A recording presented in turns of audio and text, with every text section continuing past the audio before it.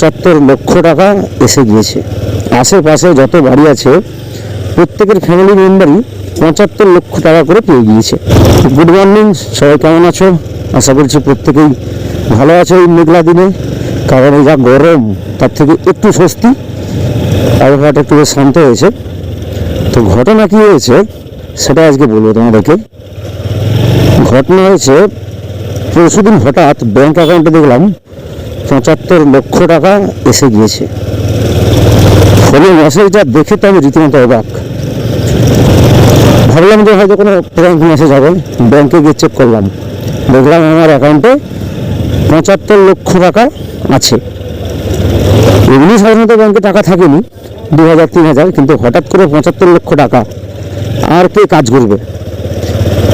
যা কাজকর্ম ছিল সব বাতিল, কাজকর্ম ত্যাগ করে দিলাম, আর কাজ করবো না। কারণ আমার অ্যাকাউন্টে এখন 75 লক্ষ টাকা আছে।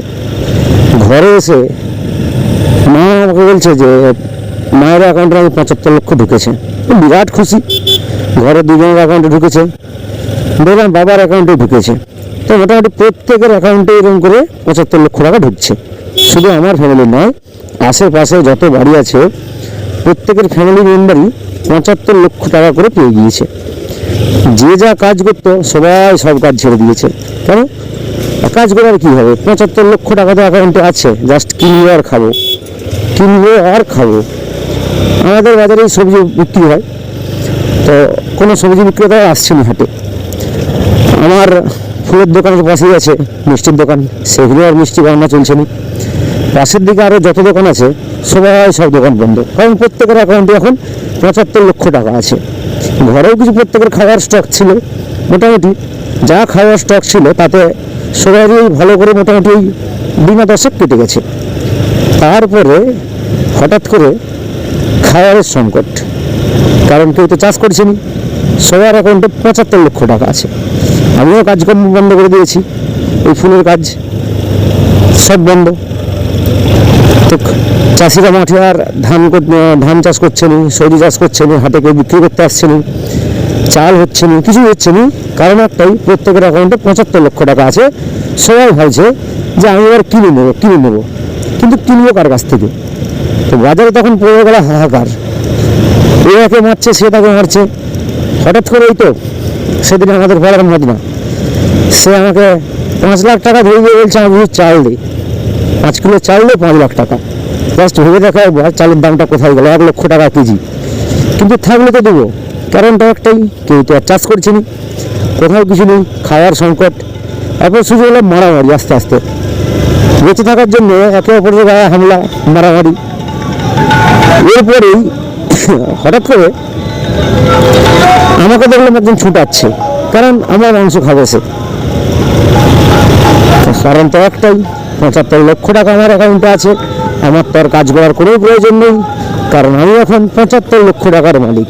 আমার ফ্যামিলির চারজন প্রায় 3 কোটি টাকার মালিক। তো 3 কোটি টাকা আছে মানে কম নাকি? বিরাট ব্যাপার। চাষবাস কেন করবো? কিছুই দরকার নেই। তো হঠাৎ করে দেখলাম যে আমাকে ছুটাতে আমার ঘাড়ে একটা কামড় বসালো।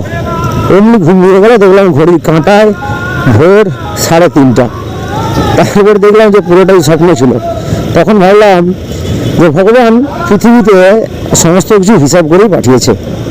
গরিব, ধনী, ফর্সা, কালো, মধ্যবিত্ত, নিম্নবিত্ত, চাষি, রাজা, এই সমস্ত যদি সিস্টেম না থাকতো, সবাই যদি একই হতো, তাহলে পৃথিবীটা এত সুন্দর হতো না। যাই হোক, স্বপ্ন ভঙ্গ হলো। 3:30টার সময় বেরিয়ে পড়লাম, কারণ কাজ তো করতে হবে। যতই হোক 75 লক্ষ টাকাটা শুধু স্বপ্নই ছিল, বাস্তব তো নয়। তো আবার ভোরবেলা কোলাহাটের উদ্দেশ্যে বেরিয়ে পড়লাম কাজে যাওয়ার জন্য। যাই হোক, এটা একটি সংগৃহীত গল্প ছিল, যেটি ফেসবুকে পড়েছিলাম, সেটাই তোমাদের সামনে আজকে শেয়ার করলাম। কেমন লাগলো অবশ্যই কমেন্ট বক্সে জানাবে। আর এই বিষয়ে তোমাদের কি মতামত সেটা কিন্তু অবশ্যই জানিও। ভালো লাগলে শেয়ার করে দিও। আর প্রতিনিয়ত বিভিন্ন ধরনের ভিডিও আপডেট তোমাদের সামনে তুলে ধরি, আবারও তুলে ধরবো।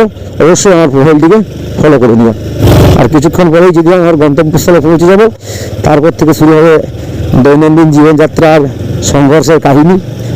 কারণ আমরা সব নিম্ন মধ্যবিত্ত পরিবারে জন্মগ্রহণ করেছি ভাই, কিছু করার নেই। প্রতিদিন ঘুম থেকে ওঠার পরে ঘুমানো পর্যন্ত আমাদেরকে কাজ করতে হবে। ওই 75 লাখ টাকার স্বপ্নটা শুধু স্বপ্নই থেকে যাবে, ঠিক আছে? তাই কাজ করে খেতে হবে, তো কাজ করে যাই। ভালো লেগে থাকলে অবশ্যই লাইক কমেন্ট শেয়ার করে দিও, আর আমার প্রোফাইলটা একটু ফলো করে দিও। টাটা।